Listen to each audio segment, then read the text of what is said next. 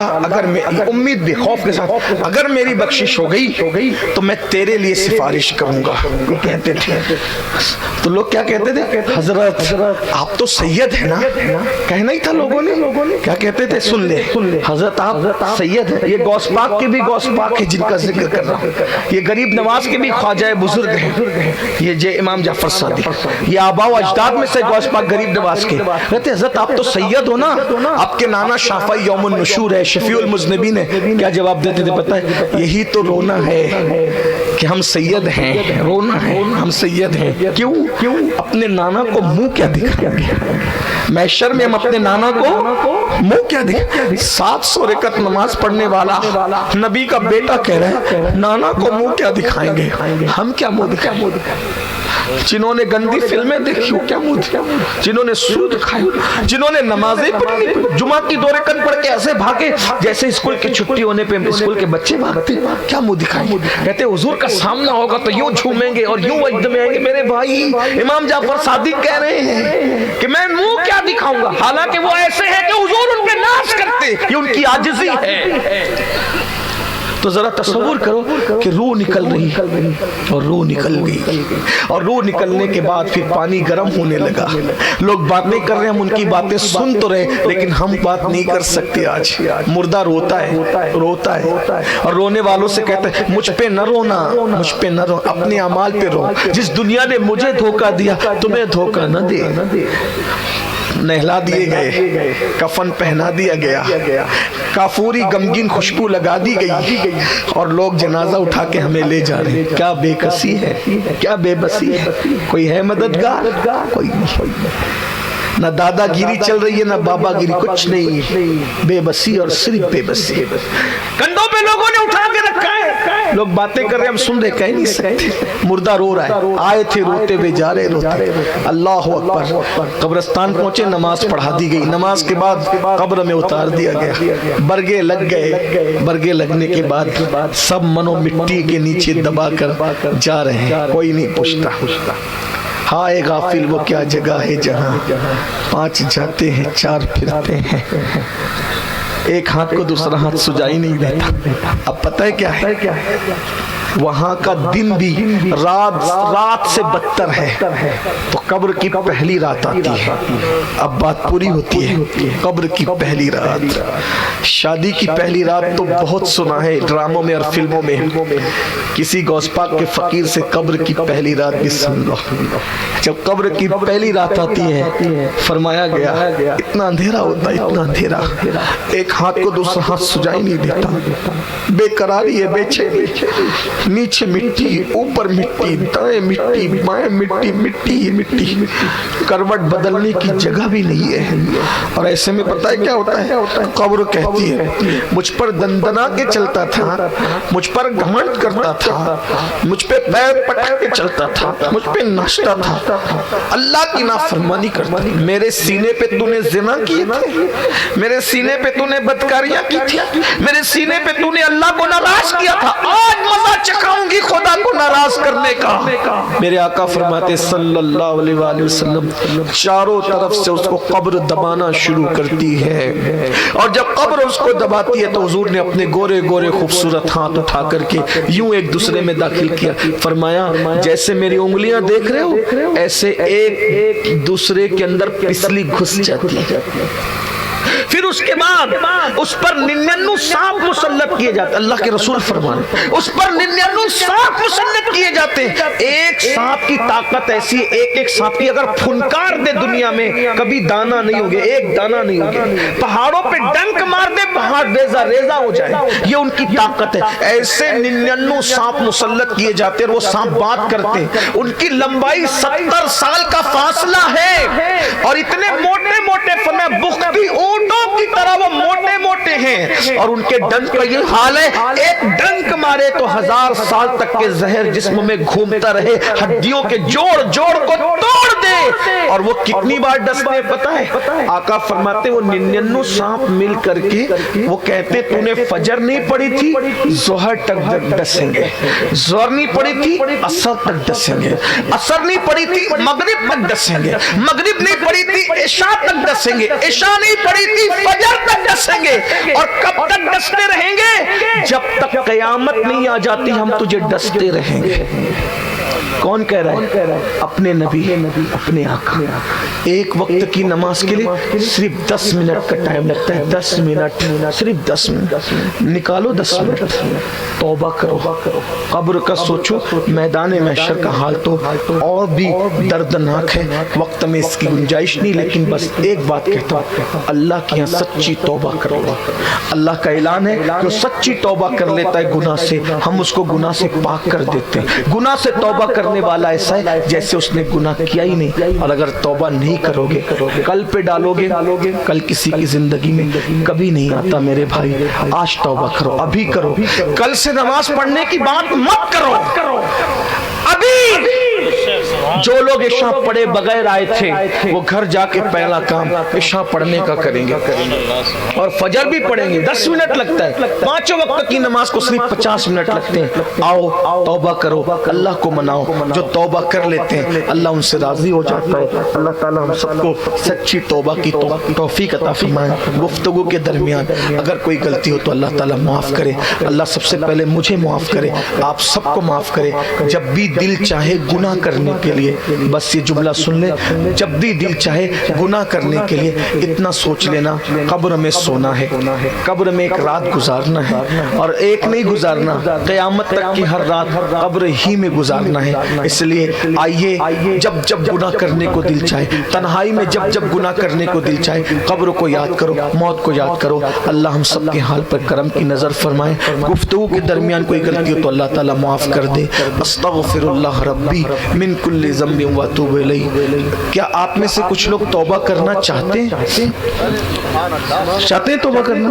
آئیے میں بھی اور آپ بھی ہم سب مل کے اپنے اللہ کی بارگاہ میں توبہ کریں۔ میں آپ کو توبہ کراتا ہوں، آپ توبہ کریں، سب مل کے کریں۔ پڑھیں استغفر اللہ ربی من کل ذنب واتوب الیہ، لا الہ الا اللہ محمد الرسول اللہ صلی اللہ علیہ وآلہ وسلم۔ اب بتاؤ آپ نے توبہ کر لی، توبہ پہ کتنے لوگ قائم رہنا چاہتے ہیں؟ ہاتھ اٹھائیں۔ ماشاءاللہ، سبحان اللہ، اٹھائے رکھیں۔ سردی کا موسم ہے مجھے معلوم ہے، لیکن ہاتھ تو اٹھا سکتے ہیں۔ بہت کتنے لوگ توبہ پہ قائم رہنا چاہتے ہیں؟ اب ہاتھ اٹھا کے بولو وعدہ کرو نماز کی پابندی کریں گے نا انشاءاللہ؟ بولو سب مل کے انشاءاللہ کریں گے انشاءاللہ۔ گانے، غزلیں، فلمیں اور آنکھوں کا غلط استعمال کرنا چھوڑ دیں گے آج سے انشاءاللہ۔ بولو انشاءاللہ۔ ہاتھ اٹھائے رکھیے۔ اے اللہ، ہاتھ اٹھانا ہمارا کام ہے، ان اٹھے ہوئے ہاتھوں کی لاج رکھنا تیرے قدرت کے کرم پر ہے مولا۔ ہم پہ کرم فرما دے، ہم نے جذبات میں ہاتھ تو اٹھا لیا ہے، لیکن مولا ہم سب کی زندگی کو بدل دے، زندگیوں میں انقلاب پیدا کر دے، اور ہمیں توبہ پر استقامت عطا فرما۔ خدا تجھے کسی طوفان سے آشنا کر دے کہ تیرے بحر کی موجوں میں اضطراب نہیں۔ وما علینا الا البلاغ۔ السلام علیکم ورحمۃ اللہ وبرکاتہ۔